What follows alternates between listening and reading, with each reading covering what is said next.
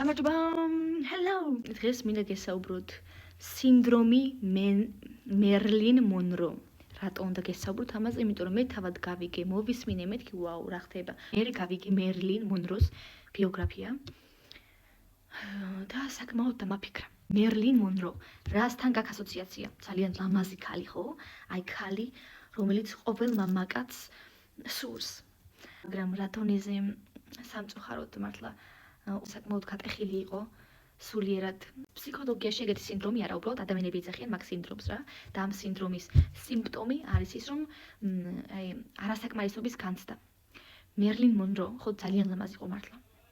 ძალიან ბევრისთვის, მაგრამ თავად ვერ ხედავდა თავის ლამაზის, იმიტომ რომ ძალიან ბევრი ბავშვობიდან მოყოლებული მოკლედ. აი მამა არ ყავდა, დედა იყო, ბებია იყო და მე ანუ ბავშვთა სახლში გაიზარდა, მე ძალიან ბევრი ოჯახები შეიცვალა და ანუ ინდონეზია იმოქმედა ამან, რომ პარტნიორსაც კი მერლინ მონრო ირჩევდა იმას, ვინც ცივი იყო მის მიმართებაში, ხდებით? ანუ ხო სიყვარულს არ ეძებდა ადამიანებში, ეძებდა იმას, რომელიც იქნებოდა ოდნავ ცივი.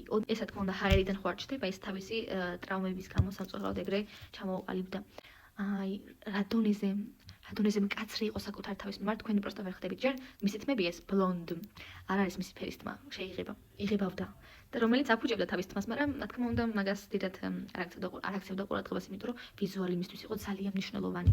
არა მარტო მისთვის ხალხმა ისე გაიცნო, რომ აი თავადაც კი ქონდა სურვილი ძალიან ბევრ ფილმში ყოფილიყო მთავარი გმირი, მაგრამ ირჩევდნენ როგორც ლამაზი ქალბატონის ფიგურას რა, უბრალოდ ლამაზი ქალბატონი. და საკმაოდ ჭკვიანი იყო. ვინ ვერ ხედავდა, იმიტომ რომ ხედავდნენ უბრალოდ ლამაზ თოჯინას. ესეო.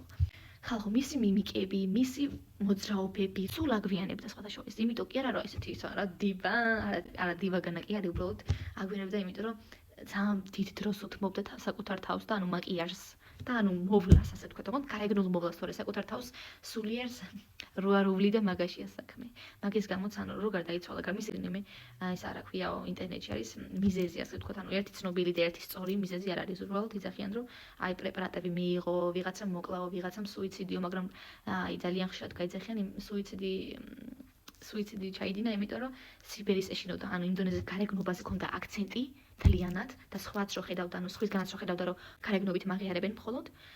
რა თქმა უნდა დასაბული იყო და სულ ცდილობდა იყოს, ანუ იდეალურ ფორმაში, იდეალურად. რა თქმა უნდა ეს იდეალურობა არის ჩარჩო.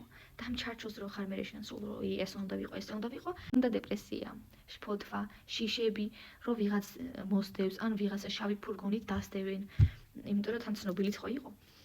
მაგრამ დიდი ხელფასი არ ქონდა სხვათა შორის, მაგაზეც კი გავიგე, რომ არ ოხდიდნენ საკმარისად. უბრალოდ იყო მოკლედ ცნობილი, ყველასთვის საყვარელი, მაგრამ საბად საკუთარი თავი არაფასებდა მოკლედ საკუთარ თავს. აი დამაფიქრა ამან, რომ გავიგე თან ამდენი ცნობილი ადამიანია, გოგოები, ხალები, ძალიან ლამაზი, მაგრამ მაინც რო ღალატობენ კაცები, მაინც რო რაღაც ემართებათან რამდენია ვინცაც აქვს მენტალური პრობლემები, ანუ თავის სილამაზეს ვერ ხედავენ. ან ძალიან მკაცრი არიან საკუთარ თავის მიმართ. მოკლედ უბრალოდ ამ ვიდეოთი მინდა ვთქვა, რომ დაფიქრდით ხალხო, აი ტყუილ უბრალოდ კი არ იძახიან, რომ ეს ჩვენი მენტალური ჯანმრთელობა მნიშვნელოვანია, ეს მოდა არა არის ხალხო.